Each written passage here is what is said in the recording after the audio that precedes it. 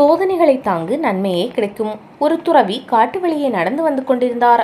அப்போது ஒரு மனிதன் அங்கிருந்த மரம் ஒன்றில் கயிறு ஒன்றை கட்டி சுருக்கு போட்டு கொண்டிருந்தான். ஒரு சில வினாடிகளில் அவன் கழுத்தை அதனுள்ளே நுழைத்து தூக்கில் தொங்க தயாரான போது நில் என்று கம்பீரமாக உத்தரவிட்டார் துறவி. அவன் கண்களிலிருந்து கண்ணீர் பெருக்கெடுத்து ஓடியது. என்ன காரணத்தால் இந்த மாதிரி தவறான முயற்சியில் ஈடுபடுகிறாய் என்று கேட்டார் துறவி. சுவாமி, என் வாழ்க்கை முழுவதும் கண்ணீர். பிறந்ததிலிருந்து துன்பம், துயரம், வறுமை. எனக்கு இவ்வுலகில் வாழ தெரியவில்லை. நான் நேர்மையானவன், உண்மையானவன். எனக்கு பணம் சம்பாதிக்க தெரியவில்லை. எனவே அவ்வப்போது பட்டினி. வேலை செய்யும் இடங்களில் என் உழைப்பு சுரண்டப்படுகிறது. என் கூலி குறைக்கப்படுகிறது. எனக்குரிய கூலியை காலம் தாழ்த்தி தருகின்றனர் அல்லது அலைய விட்டு தருகின்றனர். கூலி வாங்க நான் அலையும் போது செலவுக்கு வேண்டிய தொகை என் குடும்பத்தின் 3 நாட்கள் சாப்பாட்டு செலவு. இப்படி எத்தனையோ சொல்லலாம். நான் ஏழையாகவே உள்ளேன். ஏழையாக இருப்பதை குற்றமாக எண்ணவில்லை. வாழ்நாள் முழுவதும் இந்த துன்பங்களையும் துயரங்களையும் கடின உழைப்பால் போக்க முடியவில்லை. எனவேதான் சாக முயற்சித்தேன். நீங்கள் தடுத்து விட்டீர்கள் என்று கதறினான். மகனே, நான் கேட்கும் கேள்விக்கு நீ பதில் சொல். உலோகங்களிலேயே தூய்மையான ஒரு பொருள் என்று பாமர மக்களால் மதிக்கப்படுகிறது.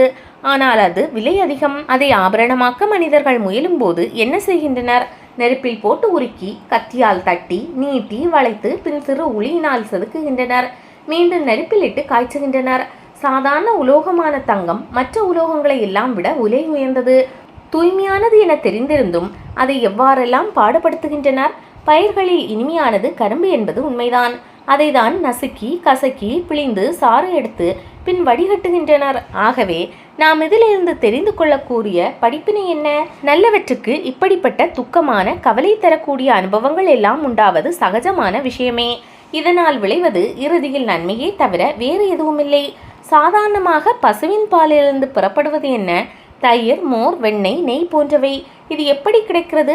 பசுவிலிருந்து பாலை கறந்தவுடன் அது ஒரு பாத்திரத்தில் ஊற்றப்பட்டு அடுப்பின் மேல் ஏற்றப்பட்டு எவ்வளவு சூடாக்க முடியுமோ அவ்வளவு சூடாகும் வரை காய்ச்சப்படுகிறது. அதன் பின் அதில் ஒரு துளி எலுமிச்சை சாறு விடப்பட்டு புரையிடப்படுகிறது.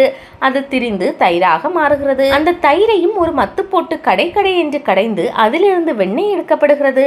மேலே திரண்டு வரும் வெண்ணெய் எடுக்கப்பட்டவுடன் சிறிதளவு நீர் ஊற்றி அது மோராக்கப்படுகிறது. வெண்ணெய் அதன் பின் மீண்டும் அக்னி பரீட்சைக்கு உள்ளாகிறது.